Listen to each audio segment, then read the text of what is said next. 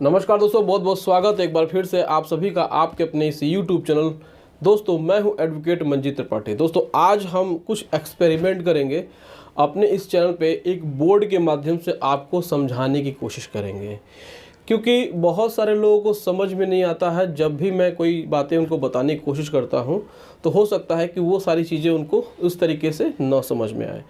तो आज हमने एक एक्सपेरिमेंट वीडियो बनाया है आपके लिए। आप कमेंट सेक्शन में जा करके कमेंट करके बताइएगा यह वीडियो आपको कैसा लगा, आपको यह बोर्ड वाला वीडियो कैसा लगा, और इसमें कुछ भी इम्प्रूवमेंट करने की ज़रूरत होगी तो आप हमें ज़रूर बताइएगा। तो दोस्तों आज हम लोग बात करेंगे कि एनपीए की नोटिस आती है तो लोग किस प्रकार से डर जाते हैं।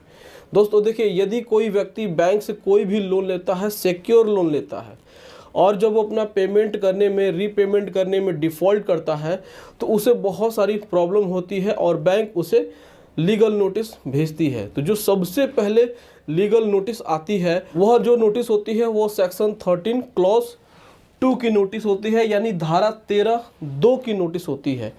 अब इस नोटिस के आने के बाद लोग बहुत ज़्यादा परेशान हो जाते हैं। तो आपको धारा 13 की जो नोटिस आती है, अगर वो रिसीव होती है बाय पोस्ट या फिर ईमेल से, तो आपको क्या क्या स्टेप्स लेने हैं आज के इस वीडियो में आपको बताने वाला हूं। तो वीडियो को पूरा देखिएगा, अंत तक देखिएगा। आपने लोन लिया है तो आपको बहुत ही इसमें बेनिफिट होने वाला है। तो चैनल पहली बार आए तो चैनल को सब्सक्राइब भी कर लीजिएगा, साथ ही साथ बेल आइकन दबा के ऑल नोटिफिकेशन को भी ऑन कर लीजिएगा, ताकि जब भी इस चैनल पे कोई वीडियो अपलोड हो तो उसके नोटिफिकेशन की जानकारी सबसे पहले आप तक आए। तो चलिए दोस्तों, देर नहीं करते हैं, वीडियो को शुरू करते हैं। दोस्तों वीडियो को लाइक ज़रूर कर दीजिए। आप लोग की लाइक हमारी हौसले को बढ़ाते हैं, इसलिए हम लोग बहुत ही मेहनत करके वीडियो बनाते हैं। तो चलिए हम लोग शुरू करते हैं। तो दोस्तों जैसा कि मैंने बताया कि यदि आपने कोई भी सिक्योर लोन लिया है और बैंक की तरफ से कोई भी लीगल नोटिस आई है, तो उसमें सबसे पहला जो नोटिस होता है उसे कहते हैं धारा 13(2) की लीगल नोटिस, जिसे हम लोग डिमांड नोटिस भी कहते हैं। हम लोग डिमांड नोटिस कहते हैं। अब इसे डिमांड नोटिस क्यों कहते हैं? क्योंकि बैंक इसमें आपसे पैसे की डिमांड करता है। तो अब ये 13(2) की जो नोटिस आती है तो लोग सोचते हैं कि यही लीगल नोटिस है। इसमें ही वो भ्रम में पड़ जाते हैं और इसमें उनको बहुत ज़्यादा दिक्कत होती है। कुछ लोग तो ये करते हैं कि इस डिमांड नोटिस का जवाब ही नहीं देते हैं, और इस डिमांड नोटिस की जो ड्यूरेशन होती है, जो समय सीमा होती है, वह होती है 60 डेज। ये 60 दिनों के लिए ये नोटिस आपके पास आती है। 60 दिनों में बैंक आपसे उम्मीद करता है कि आप 60 दिनों के अंदर या तो अपने अकाउंट को एनपीए से स्टैंडर्ड कर लेंगे, या फिर आप अपने पूरे अमाउंट को पे करके अकाउंट को क्लोज कर लेंगे। तो दो ऑप्शन आपके पास है। एक होता है, पहला ऑप्शन होता है एनपीए से स्टैंडर्ड, दूसरा ऑप्शन होता है अकाउंट को ही क्लोज करना होता है। तो यहाँ पे आपके पास दो ऑप्शन मैंने बता दिया, एनपीए से पीए और दूसरा अकाउंट क्लोज। तो आपको 13(2) की नोटिस के बाद 60 दिन के अंदर क्या काम करने हैं, ये आपके ऊपर डिपेंड करता है। आपकी क्या कंडीशन है इसमें आप ही जानते हैं। तो आप या तो एनपीए से स्टैंडर्ड करना चाहते हैं, यानी कि 3 महीने का जो पैसा है, जो 3 महीने की ईएमआई है, या 3 महीने का इंटरेस्ट, अगर सीसी लोन है तो उसमें आपको उसको पे करके इंटरेस्ट और जो भी उसका पेनल्टी होगा उसको पे करके आप एनपीए से पीए कर सकते हैं परमानेंट, या फिर उसे स्टैंडर्ड कहते हैं, या फिर आप पूरा पैसा इकट्ठे दे करके अपने अकाउंट को क्लोज कर सकते हैं। तो ये रही एनपीए से स्टैंडर्ड या फिर अकाउंट क्लोज की बात। लेकिन अब आते हैं मेन मुद्दे की बात कि अगर 13(2) की नोटिस आती है तो इसमें आपको क्या क्या करना है और क्या नहीं करना है। सबसे पहली बात कि पूरा पैसा नहीं देना है।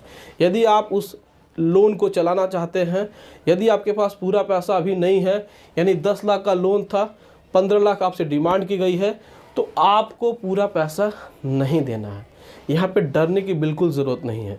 यहाँ पे आपको केवल उन्हीं 3 महीनों का जो भी बाउंस हुआ है इंटरेस्ट या फिर ईएमआई और प्लस उसका पेनल्टी, उसको पे करके अकाउंट को स्टैंडर्ड करना है। दूसरी बात यह है, सिर्फ एनपीए का पैसा देना है। अब एनपीए में आपका अगर कोई भी बिजनेस लोन है जिसमें इंटरेस्ट जाता है तो उसको 3 महीने का इंटरेस्ट प्लस जो ओवरड्यू है वो। तीसरी बात आती है जो सबसे महत्वपूर्ण बात होती है, लोग क्या करते हैं कि बैंकों के बहकावे में आकर के, उनकी मीठी मीठी बातों में आकर के, या फिर जो मैनेजर होता है, जो कलेक्शन मैनेजर होता है, वो कहता है कि आप हमें कुछ पैसा कैश में दे दीजिए, हम आपके ऊपर कोई भी लीगल नोटिस नहीं भेजेंगे। तो लोग जा करके उसको पैसा दे देते हैं बैंक के मैनेजर को, या फिर उस क्रेडिट मैनेजर को, या फिर कलेक्शन वाले को। इसमें क्या होता है कि आपका पैसा बिना किसी डॉक्यूमेंट के अगर आप देते हैं तो आपका पैसा फंस जाता है और फिर आपके ऊपर कार्रवाई होती है। ऐसा बिल्कुल भी नहीं। तो बिना किसी डॉक्यूमेंट के आपको पैसा देना ही नहीं है।